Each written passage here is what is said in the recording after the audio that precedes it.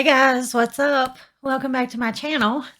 Hope everybody had a good weekend. And if you had Monday off for Labor Day, I hope you got to enjoy it or have a cookout or whatever you do on Labor Day. Welcome back. If you're new here, hi, my name is Jessica.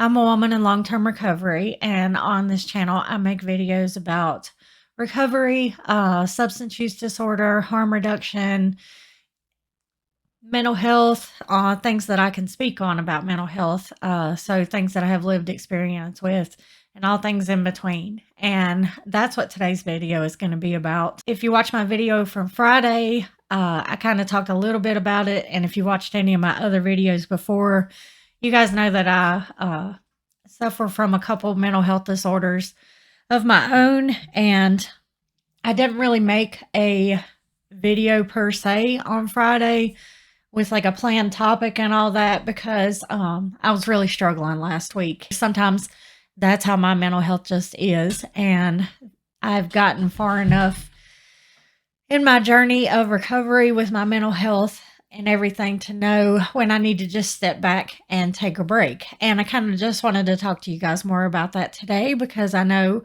that I'm not alone. And the whole point of my channel is to kind of reach out. I just want you guys to know that you're not alone. And I spent a lot of time, not only with my substance use disorder, but also with my mental health, feeling like I was the only one, that felt a certain way. So that is one of the main purposes of my videos and of my channel and of my social media, is to just help people realize that they're not alone. And if you ever need anybody to talk to or anything that can understand, if you're suffering with depression or anxiety or PTSD, or, if you've had childhood trauma or things like that. When I tell you guys, if you want to reach out to me to have somebody to talk to, I really do mean it. That being said, I wanted to just kind of talk to you guys today about not really like going into technical terms or anything like that, but I just wanted to share with you guys what my diagnoses are and how I got there, in case anybody out there is struggling and you haven't got a diagnosis yet from your doctor. That may be me sharing my experience with you, and how I got to where I am today can maybe help you feel comfortable enough to talk to your doctor. Because it was a long journey for me to find a doctor that would listen to me and take me seriously. And then B, even once I found that doctor, it took me and my doctor working together over a very long period of time to find a treatment plan that worked best for me. So, mental health is a very tricky thing. So unfortunately, it's not something that can just be fixed, by taking a medication. And I take medication for my mental health. I'm on antidepressants. I actually take two because we couldn't find one that was sufficient enough. So I'm not against that at all. Please don't take it that way. But I also participate in groups. You guys have heard me talk about my counselor, Katie, and she, blows it off all the time like she doesn't do that much to help me, but she's phenomenal. I honestly pray that everybody that tries counseling or therapy can find a counselor that they connect with on the level that I connect with Katie, because there are no words. There really aren't. She has made such a difference in my life and in my recovery in so many ways that there's no way that I could ever thank her. So I really hope that anybody that ever chooses to go that route, as far as therapy and counseling go, I really hope that I hope you can all find your own version of Katie, because it makes such a difference in the world. I tried counseling many, many times before, and, I just couldn't find that right fit until I found Katie. And I've actually been talking to another therapist that specializes in childhood trauma and PTSD. Because Katie specializes more in substance use disorder and things like that. And, there are other areas of my life that I need help with. So I have more than one.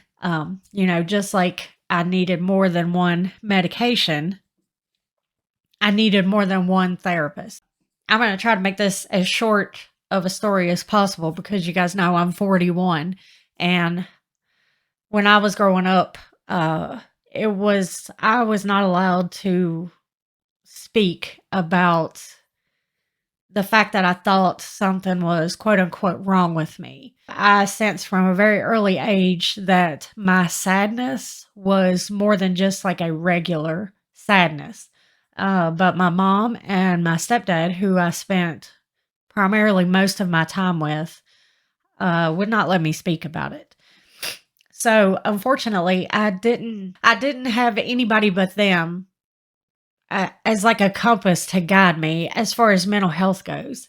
And, they don't deal with mental health. My mom and my stepdad don't. They're alcoholics. So that's how they deal with mental health issues.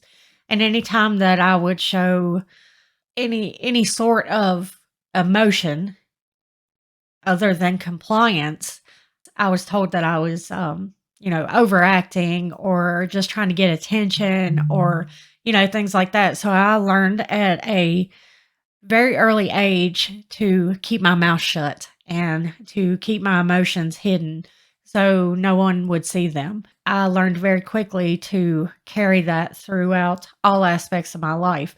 So it didn't matter if I was at school, if I went to my grandparents' house, or anything like that. I just acted like everything was fine, even if it wasn't. So fast forward to when I got to be a adult, when I moved out of my mom and my stepdad's house, I became a single mom almost immediately. I didn't have a chance to really focus on me. And, I don't regret that because I say that my daughter saved my life. My life would have went a completely different direction than what it did, and I probably would not be here today. I fully believe that with my whole being. On the same side of that, while I was being a single mom, if you guys have heard any of my story, you know that while I was raising my child, I was also in a very active addiction. I used for 14 years of her life. And that was how I coped with my mental health. I don't say that as an excuse, but that was the first coping mechanism for my depression and my anxiety and everything that had happened in my past that I learned. Did I know that it wasn't right? Yeah, I would say yes, that I did know that it wasn't right, but I didn't care, to be completely honest with you at the time. I cared that when I used, that it made everything that had hurt me or made me sad, it made me not care about it anymore. And when I would start to have a depressive episode, I could use, and that episode would go away.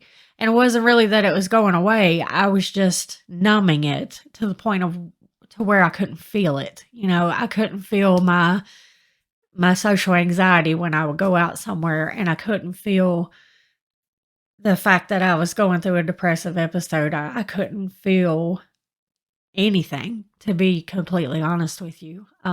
Every emotion that I was showing on the outside was fake. I would just watch other people and see how they interacted and how they reacted in certain social settings, and I would just mimic them because I didn't know how to. So that's how I learned how to get along in society and make myself look normal. So fast forward through those 14 years. And then when I get into recovery, when you go through withdrawal, a lot of people experience extreme depression. And if you already have some type of mental health disorder, that is multiplied a lot when you go through withdrawal. So when I was going through my withdrawal, it was physically one of the most excruciating things that I've ever been through in my life, but mentally and emotionally, it was crushing. I have never felt that low in my life. I have struggled for a very long time in my life with thoughts of suicide and, thoughts of self harm and things along that line. But when I got into recovery and my body was trying to heal, it was a really hard time mentally and emotionally for me because I'd taken away, my coping mechanism. My body was trying to heal. My mind was trying to heal from everything that I had done to it, with my active use. But also, I was starting to realize after I was in recovery for a little while, for a couple months, I started going to a doctor, just a regular PCP. I was very open and honest with her, and I told her, I've been in active use for 14 years. I have problems with depression, etc. And I think that I need to be put on medication. And could you possibly give me a referral to go into counseling? And I remember sitting there in her office, and she brought in a piece of paper, and I had all these questions on it, like 10 questions. And you had to answer all these questions on it. And I don't remember now what the questions were. I do remember that they asked me if I had thoughts of harming myself. She just wrote me a prescription for Prozac, actually. And I had taken Prozac before. Prozac worked really well for me, but that had also been probably, 10 years ago. And when I was taking Prozac, I was also taking copious amounts of opiates. So, I say Prozac worked really well for me, but it's hard to determine if the antidepressant was working or if I was just masking it, because I was using so heavily. So, I said, okay, well, can you give me a referral, or can you, just guide me in a direction where I can go and get some counseling? Because, I've had a lot of things that have happened to me that I feel like I need some help dealing with. No, she couldn't. She had no idea what to tell me to do or what my next step should be. So I left the office. For the longest time, I just fought my depression, my anxiety, and everything on my own. I white knuckled it. And whenever I would have what I now know are panic attacks and flashbacks, I didn't understand what I was going through at the time. I didn't know what those were. And honestly, when I would have a flashback, I thought that I was like crazy. I knew what a panic attack was because my daughter has them. So I knew what those were. I'd never seen anybody have a flashback before, so I didn't know anything about them. I thought that I was going crazy, and I thought that my flashbacks were just a consequence of 14 years of drug abuse, and that it was something that I had done, like damage that I had done to my brain, and that I almost viewed it as a punishment, and that it was just something that I was going to have to suck it up and deal with for the rest of my life because I had done it to myself. And, looking back now, that's such a miserable time. That was, oh, God, that was miserable.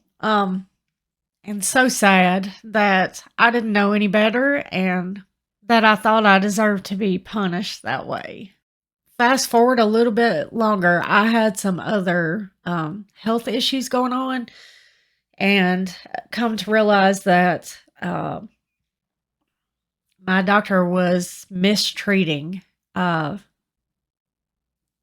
health issues. I'm not sure if that's the right way to say that or not, but the way that she was treating them was wrong, is why I say mistreating them. So I went to a different doctor. I found a whole nother doctor. At the same time, I also started going to the treatment facility where I found Katie.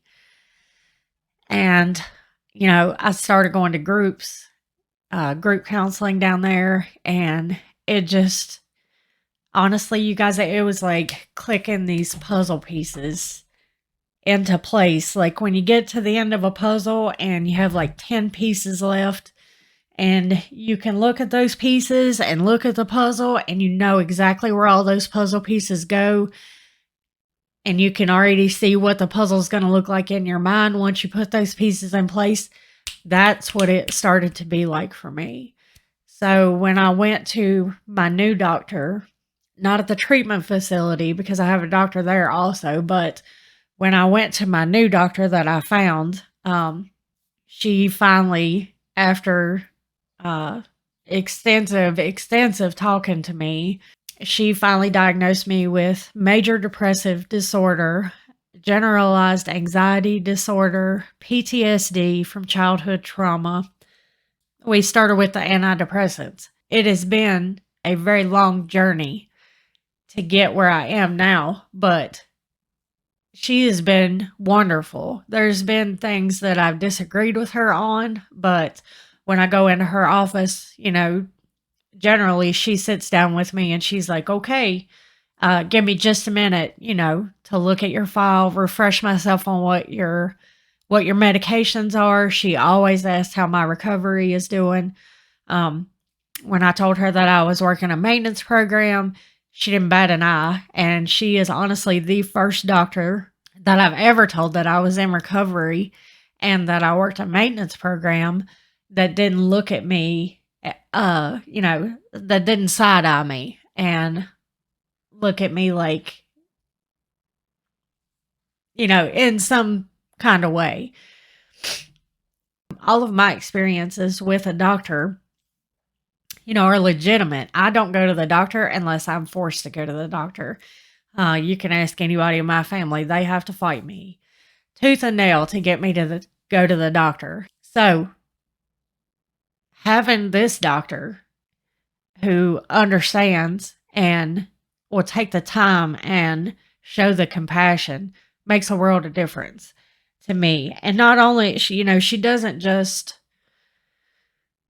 say, okay, well, take this medicine and come back in a month, because I've experienced plenty of that. But she also says there are a lot of other things that will help your mental health. Going outside, walking, staying hydrated, because it really does help. She talks to me about other ways to control my depression and my anxiety. She's taught me several like coping mechanisms on how to control a panic attack if I feel a panic attack coming on. Before, my mental health was out of control and I was just hanging on for dear life. And, even though I was in recovery and I wasn't using anymore, I was so unhappy. And that's just such a miserable way to be. So, you guys, if you're out there struggling, and even if you've never struggled with substance use disorder, if you struggle with your mental health, please don't white knuckle it. I know that there is a lot of stigma around mental health. And this is coming from somebody that knows how hard it is to step past and through all that stigma and reach out and try to get help. Reach out and get that help, because it can save your life. And, it's so worth it. And I will tell you a valuable lesson that I learned when I started looking for a therapist, counselor. And I didn't do this with Katie because when I met Katie, there was an instant connection. If you ever are going to meet a counselor or something like that and you feel that connection, hang on to it.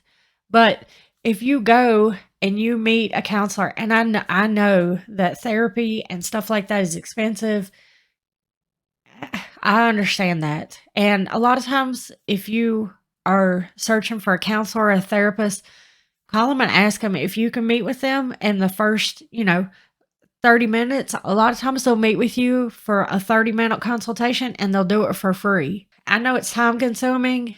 I know it's nerve wracking and it can give you a lot of anxiety, but it is worth it. And those counselors are there to help you. So before you go, I tell my daughter the same thing. I tell people, those counselors, those therapists, those psychiatrists, whatever it is that you're going to see, they're there for you. So when you go, treat it like you would interview somebody. Before I started going to find a therapist to help me with the stuff from my childhood, I sat down and made a list of questions that I wanted to ask them. I think that's really important, and I think that that's something that people are almost afraid to do, but you're going to them for help. You're going to them because you have had something happen to you that is traumatic in your past, or, whatever the case may be. You're going to them because you need help, because you're hurt. So you make sure that they are the right fit for you. That's completely your right. Completely your right. And I know that it feels weird. It felt weird to me the first time I did it to somebody. But, go and ask them questions. And yeah, if they have questions for you, I'd be a little skeptical of a therapist that didn't want to ask me questions, to be honest with you. But, let them ask you questions. And then when they're done, be like, okay, I have a couple questions for you. Like when I started going to look for a therapist to help me with my childhood trauma, that was one of the questions that I asked. Do you have any experience dealing with PTSD from childhood trauma? Do you have any experience dealing with people that have substance use disorder? Because that plays into 14 years of my life. That's a huge chunk of my life. So I asked them if they have experience dealing with things that are a part of my life, that are a part of my story. And I just sat down and, to be honest with you, it took me, God, I don't know. It took me probably a month to get it done because I, hem-hawed around about it. But this is your mental health, and your mental health affects every aspect of your life. It affects your outlook. It affects how you get up and go about through your day. It really just affects everything. It affects your family members, your loved ones. It just affects everything. So if you are going to take that extra step and reach out to someone and try to get someone to help you understand it and help you learn ways to cope with it and help you deal with past trauma, make sure it's somebody that you can trust and build a relationship with, because that's what you're doing. You're building a relationship with this person that you walk into their office and initially you don't know jack shit about. And then you're going to tell them some intimate details about your life. So don't be afraid to ask them questions. Like I said, I know it's weird, but let it be weird for a minute. And if you get answers that you don't like, then just tell them, thank you for your time. I don't think we're going to be a good fit. I think that we should be asking questions. We're going to go in their office and share some really traumatic events that changed our lives and affected us in negative ways. So I don't think that we should be scared to ask questions about their credentials or their experience or their background, etc. Whatever it is that you want to ask them, I feel like we should be completely comfortable asking them, because that's important stuff for us to know. If we don't feel at ease when we go into their office to talk to them, to try to make our mental health better, we're not going to open up and talk to them.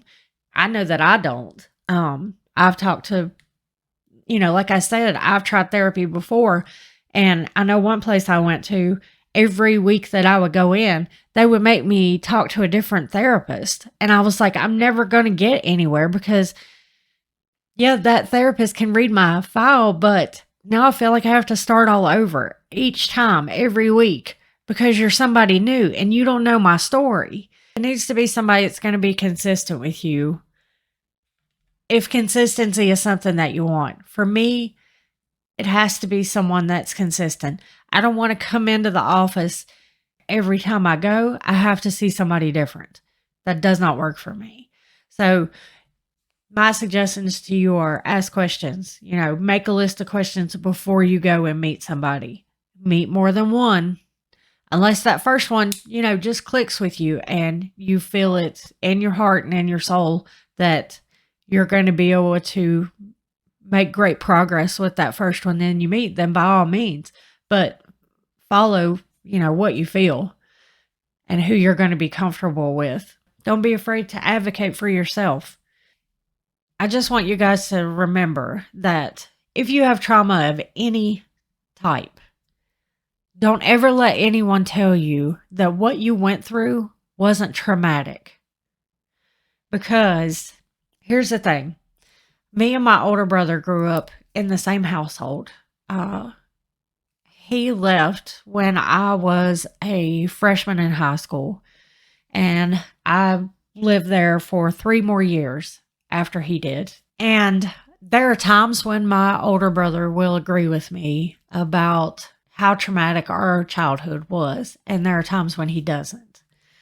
So just because 2 individuals go through the same situation doesn't mean that they process that situation the same. So if you go through something and it is traumatic to you, that's it. Period. There is no more discussion about the validity of your trauma. If it is traumatic to you, it's traumatic to you. So if my childhood isn't traumatic to my brother, all I can do is be happy for him that it wasn't traumatic. It was for me. I'm happy for him that it wasn't. I'm glad that it didn't leave the mark on him that it did for me. But don't ever let anyone tell you, oh, well, I was there and you're making more of that than what it was. No. You stand up for yourself. You advocate for yourself. Because no one can tell you what is traumatic for you and what is not traumatic for you. So I'll leave you guys with that. I'm going to end today's video here. You guys know the regular drill. If you need anything at all my contact information will be listed in the description box below. You guys like this video. If you liked it, let me know. Leave me a comment. I'd love to hear y'all's feedback about this. I love you all, and I will see you guys on Friday. If you need Narcan or if you need to be trained in how to administer Narcan, please reach out, shoot it to me in an email, and I will either send it to you or get you trained and then send it to you. Either way, you guys let me know. Love y'all. I will see you on the next one.